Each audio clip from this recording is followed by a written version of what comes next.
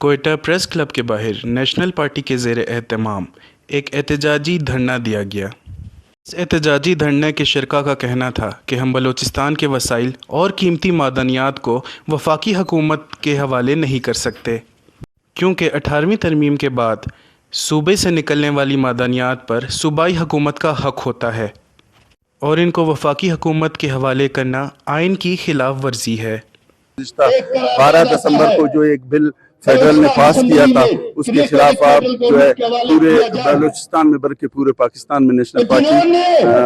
باقاعدہ طور پہ اپنے مظاہرہ کر رہے ہیں۔ اس بل کے خلاف جو ہے ہم یہ کہتے ہیں کہ یہ ہمارے بلوچستان کے وسائل ہے، بلوچستان کے سائل ہے، اور نیشنل پارٹی نے اکثر جو ہے نا اپنے سائل اور وسائل کی جو ہے نا حفاظت کی ہے۔ اگر یہ ہمارے سائل اور وسائل جو ہے وفاق کے حوالے کریں گے، ہم اس کے بخود پورے پاکستان میں برسر احتجاج ہے، کیونکہ گزشتہ روز جس طرح سینٹ میں ریکارڈنگ کے خلاف جو ہے نا ایک بل پاس کیا کہ ریکارڈنگ کو وفاق نے اپنی تحویل میں لیا،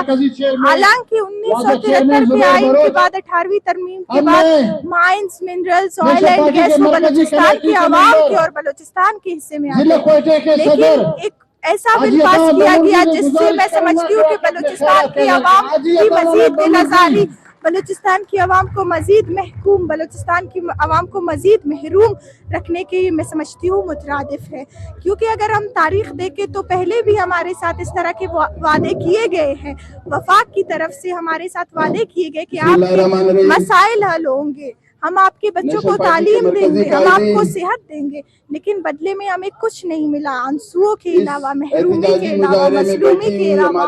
مسخ شدہ لاشوں کے علاوہ۔ تو اب ہم کیسے ریکارڈنگ ان کے حوالے کریں، حالانکہ ہم جانتے ہیں کہ انہوں نے ہمارے ساتھ ایک ایسا دوستانہ سلوک نہیں رکھا، سینٹ تک انہوں نے لوٹا، سوئی کا جو گیس ہے وہ 1952 سے لے کر آج تک پورے پاکستان میں کارخانے اور فیکٹریاں چلتی ہیں، گوادر جو انٹرنیشنلی طور پر ایک توجہ کا مرکز بن چکا ہے، اس سے پوری دنیا سرمایہ کاری کرتی ہے، لیکن آپ جا کے ان علاقوں کی عوام کو دیکھیں کہ ان کے پاس پینے کا پانی تک نہیں ہے، ان کے پیروں میں چپل تک نہیں ہے، تو ہم کیسے یہ یقین کریں کہ اس بار بھی ہمارے وعدے پورے کیے جائیں گے؟ میں سمجھتی ہوں یہ معاہدہ آئین کے خلاف ہے، آئین میں قانون سازی کر کے انہوں نے جمہوری قوتوں کو دبایا ہے، انہوں نے جمہوریت کا منہ کالا کیا ہے۔ دھرنے کے شرکاء کا کہنا تھا کہ گیس کی طرح وفاقی حکومت ہمارے ریکارڈنگ پر بھی قبضہ جما لے گی، جس کے بعد بلوچستان کی عوام ہی اپنے ہی وسائل سے محروم رہے گی، لہٰذا سینٹ میں پاس ہونے والے بل کے منسوخ ہونے تک یہاں کی عوام سراپا احتجاج رہے گی۔ وش نیوز، کوئٹہ۔